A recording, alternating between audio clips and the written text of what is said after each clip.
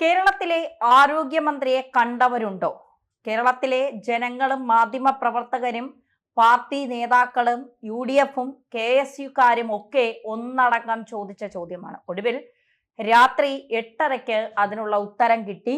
മന്ത്രി പത്തനംതിട്ടയിലെ വീട്ടിലെത്തി എന്നുള്ളതാണ്. ഒരു ദീർഘനിശ്വാസത്തോടെയാണ് കേരളം ആ വാർത്ത കേട്ട് ഒന്ന് ആശ്വസിച്ചത്. അതായത് രാവിലെ പുലർച്ചെ 4 മണിക്ക് പരിയാരം മെഡിക്കൽ കോളേജിൽ നിന്ന് പുറപ്പെട്ട ആരോഗ്യമന്ത്രിയെ കാത്ത് സമയമൊക്കെ കൃത്യമായി മനസ്സിലാക്കി പരിയാരം മെഡിക്കൽ കോളേജിൽ നിന്ന് തിരുവനന്തപുരം മെഡിക്കൽ കോളേജിലേക്കാണ് മന്ത്രിയെ കൊണ്ടുവരുന്നത്.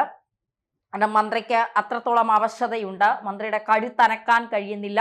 ഇപ്പോൾ മന്ത്രി വല്ലാത്ത ഒരു ബുദ്ധിമുട്ടിലാണ്. തീർച്ചയായിട്ടും തിരുവനന്തപുരം മെഡിക്കൽ കോളേജിൽ കുറച്ചുകൂടി സൗകര്യങ്ങളുണ്ട്. അതുകൊണ്ട് മന്ത്രിയെ പെട്ടെന്ന് തന്നെ അവിടെ അഡ്മിറ്റ് ആക്കണം. അപ്പോൾ അതിന് ഏകദേശം 4:30 തിരുവനന്തപുരം മെഡിക്കൽ കോളേജിൽ എത്തുമെന്ന് കരുതി മാധ്യമപ്പടകൾ ഒന്നടങ്കം തിരുവനന്തപുരം മെഡിക്കൽ കോളേജിൽ തടിച്ചുകൂടി.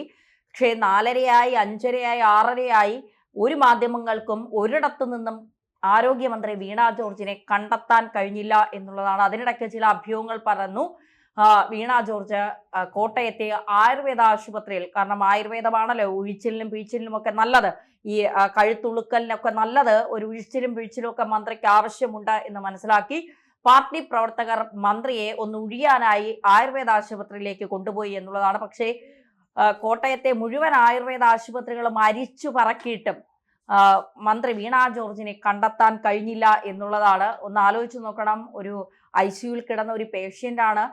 കഴുത്തിന് നിസ്സാരമായ പരിക്കല്ല, ഗുരുതരമായ പരിക്കാണ്. ഏകദേശം 13 ഡോക്ടർമാർ, മെഡിക്കൽ ബുള്ളറ്റിൻ ഇതൊക്കെ കൂടി പല HODകളുമാണ് മന്ത്രിയെ ചികിത്സിച്ചത്. അപ്പോൾ അത്തരത്തിൽ വളരെ വിപുലമായ ഒരു ചികിത്സ മന്ത്രിക്ക് വേണം എന്നുള്ള രീതിയിൽ മന്ത്രി ICUവിൽ കിടക്കുമ്പോൾ ഒരു ദിവസം രാവിലെ ICUവിൽ കിടന്ന ഒരാളെ ഇന്നോവ കാറിന്റെ അകത്ത് എടുത്തിട്ടുകൊണ്ട് ദാ പാഞ്ഞു പോകുന്നു എന്നുള്ളതാണ്. അവരുടെ ആരോഗ്യനിലയെങ്കിലും ഒന്ന് നേരെ ആയോ എന്ന് പോലും ഒന്ന് ചോദിക്കാൻ ഇവിടെ ആരും ഇല്ലേ എന്നുള്ളതാണ് കേരളം അന്വേഷിക്കുന്നത്. അപ്പോൾ അത്തരത്തിൽ മന്ത്രി ഇങ്ങനെ മൊത്തത്തിൽ കഴുത്തുളുക്കലും ഒക്കെ കൊണ്ട് വല്ലാത്ത ഒരു പ്രതിസന്ധി നിൽക്കുമ്പോൾ മന്ത്രിയെ കയറ്റിക്കൊണ്ട് ഇന്നോവ ചീറിപ്പായുകയാണ്. മന്ത്രി പറയുന്നത്, ഇടയ്ക്കിടയ്ക്ക് വരുന്ന വഴിക്കെല്ലാം എനിക്ക് ബന്ധുക്കളുണ്ട്, ഞാൻ വിശ്രമിച്ച് ഒന്ന് വിശ്രമവേളകൾ ആനന്ദകരമാക്കി മന്ത്രി ആഹാരമൊക്കെ കഴിച്ച്, കഴുത്തുളുക്കൽ ഒരു പ്രശ്നമാണല്ലോ, പക്ഷെ വാ അനങ്ങുമല്ലോ കഴുത്തുളിക്കിയാൽ. അപ്പോൾ നല്ലപോലെ ആഹാരമൊക്കെ കഴിച്ച് റെസ്റ്റൊക്കെ എടുത്താണ് മന്ത്രി പത്തനംതിട്ടയിലെ വീട്ടിലേക്ക് എത്തിയത്. പക്ഷെ ഇന്നലെ മുഴുവൻ ആളുകൾ പറയുന്നത് പകൽ മുഴുവൻ മന്ത്രി വീടിനകത്ത് ഒളിച്ചിരുന്നു എന്നാണ്.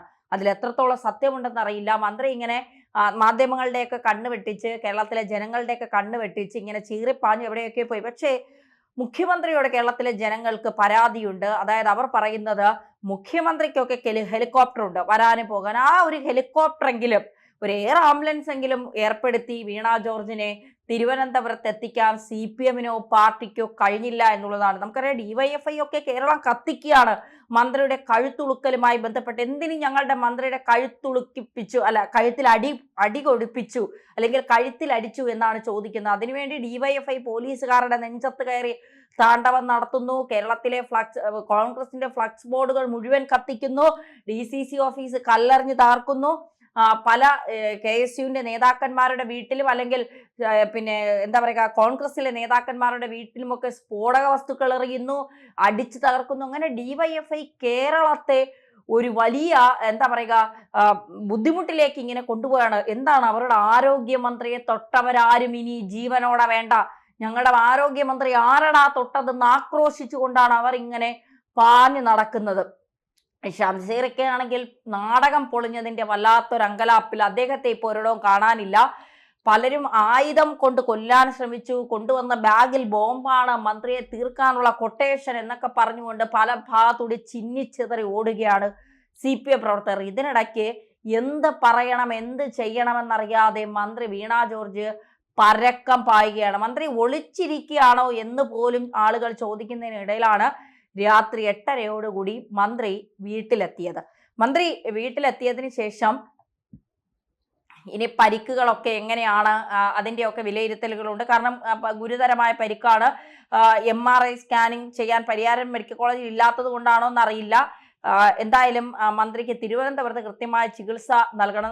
നമ്മുടെ ഒരു ആരോഗ്യ മന്ത്രിക്ക്, കേരളത്തിന്റെ ആരോഗ്യ മേഖല കയ്യിൽ താങ്ങി നടക്കുന്ന, ആരോഗ്യ മേഖലയിൽ മികച്ച പ്രവർത്തനങ്ങൾ കാഴ്ചവെക്കുന്ന, അതായത് കത്രിക വയറ്റിലിടുക, കണ്ണിന് ചികിത്സിക്കാൻ മുട്ട് ചികിത്സിക്കാൻ വരുന്ന ആളുടെ 2 കണ്ണുകളും ചൂഴ്ന്നെടുക്കുക, പിന്നെ കൊച്ചുകുട്ടിയുടെ കൈ തിരിച്ചു വെച്ചിട്ട് അത് സ്വാഭാവികമായി നേരെ ആയിക്കോളുമെന്ന് പറയുക, 5-6 വർഷം കത്രിക വയറ്റിലിടുന്ന ഒരു അത്ഭുത പ്രതിഭാസമൊക്കെ നമ്മുടെ ആരോഗ്യമന്ത്രി വീണ ജോർജിന്റെ കാലത്താണ് ഉണ്ടായിരിക്കുന്നത് എന്നുള്ളത്. അപ്പൊ അത്രയും മികച്ച ഒരു ആരോഗ്യമന്ത്രിയെ കേരളത്തിന് സമ്മാനിച്ച പിണറായി വിജയന് ഈ അവസരത്തിൽ നന്ദി പറഞ്ഞില്ല എങ്കിൽ മറ്റേത് അവസരത്തിലാണ് നന്ദി പറയുക? അങ്ങനെ അത്രയും കഴിവുള്ള, അത്രയും കരുത്തയായ KSUക്കാരോട് പോലും വാടാ തൊട്ടു നോക്കടാ എന്തടാ എന്ന് ആക്രോശിച്ചുകൊണ്ട് പോകുന്ന വീണ ജോർജ് എവിടെയാണ്? അവർക്ക് എന്താണ് സംഭവിച്ചത്? അവരുടെ കാര്യത്തിൽ എന്താണ് സംസ്ഥാന സർക്കാർ ഇത്ര അലംഭാവം കാണിക്കുന്നത്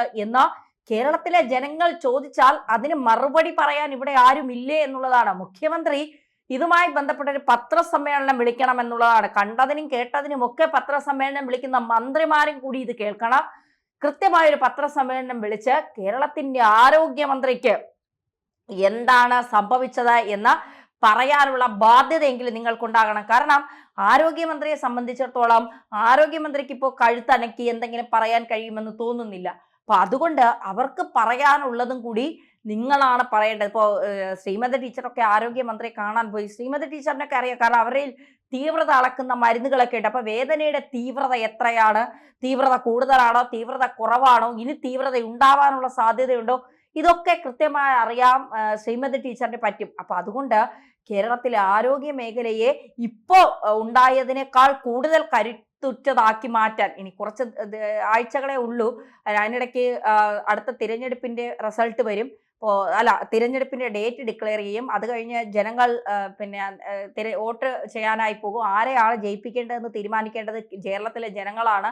പക്ഷെ ഈ ആരോഗ്യമന്ത്രിയെ കേരളത്തിലെ ജനങ്ങൾ ആരും മറക്കില്ല. പ്രത്യേകിച്ച് വണ്ടാനം മെഡിക്കൽ കോളേജിൽ ശസ്ത്രക്രിയയ്ക്ക് പോയ ഉഷ ജോസഫ് അടക്കം ആരും മറക്കില്ല. തൃശ്ശൂർ മെഡിക്കൽ കോളേജിൽ മുട്ട് ചികിത്സയ്ക്ക് പോയിട്ട് 2 കൃഷ്ണമണിയും എടുത്തു കളഞ്ഞ, അല്ലെങ്കിൽ കണ്ണ് 2ഉം കാണാതാക്കിയ ആ ചെറുപ്പക്കാരനും ഒന്നും ഈ ആരോഗ്യമന്ത്രിയെ മറക്കില്ല. കാരണം കേരളത്തിൽ ഇത്രയും മികച്ച ഒരു ആരോഗ്യമന്ത്രി ശൈലജ ഒന്നുമല്ല എന്നാണ് ഇപ്പൊ ജനങ്ങൾ പറയുന്നത്. കാരണം അത്രമാത്രം ആരോഗ്യ മേഖലയെ നമ്പർ 1 ആക്കിയ, ലോകോത്തരമാക്കിയ ആരോഗ്യമന്ത്രിക്ക് എന്തെങ്കിലും സംഭവിച്ചാൽ DYFI അല്ല കേരളം കത്തിക്കാൻ പോകുന്നത്, കേരളത്തിലെ ജനങ്ങളാണ്. അതുകൊണ്ട് പിണറായി വിജയൻ വീണ മന്ത്രിയോട് കാണിച്ചത് വളരെ മോശമായ കാര്യമാണ് എന്ന് ഈ അവസരത്തിൽ പറയാതിരിക്കാൻ കഴിയില്ല. ഒരു എയർ ആംബുലൻസ് എങ്കിലും കൊടുത്ത് മന്ത്രിയെ തിരുവനന്തപുരം മെഡിക്കൽ കോളേജിൽ എത്തിക്കാതെ മന്ത്രിയെ ഇത്രയും ബുദ്ധിമുട്ടിച്ച്, ഇത്രയും യാത്രയിൽ ബുദ്ധിമുട്ടുകൾ ഉണ്ടാക്കി, 400 കിലോമീറ്റർ ആണ് മന്ത്രി സഞ്ചരിച്ചത് കാറിൽ. അത്രയും യാത്രാ ബുദ്ധിമുട്ടുകൾ ഉണ്ടാക്കി അവസാനം മെഡിക്കൽ കോളേജിൽ പോകാൻ കഴിയാതെ അവശയായ മന്ത്രി വീട്ടിലേക്ക് പോയിരിക്കുകയാണ്. ഇതിനെന്താണ് സംസ്ഥാന സർക്കാരിന് പറയാനുള്ളത് എന്നാണ് കേരളത്തിലെ ജനങ്ങൾ ചോദിച്ചുകൊണ്ടേയിരിക്കുന്നത്. കൂടുതൽ വാർത്തകളും വിശേഷങ്ങളും നിങ്ങളിലേക്ക് എത്താൻ ABC മലയാളം സബ്സ്ക്രൈബ് ചെയ്യുക, ബെൽ ബട്ടണും അമർത്തുക.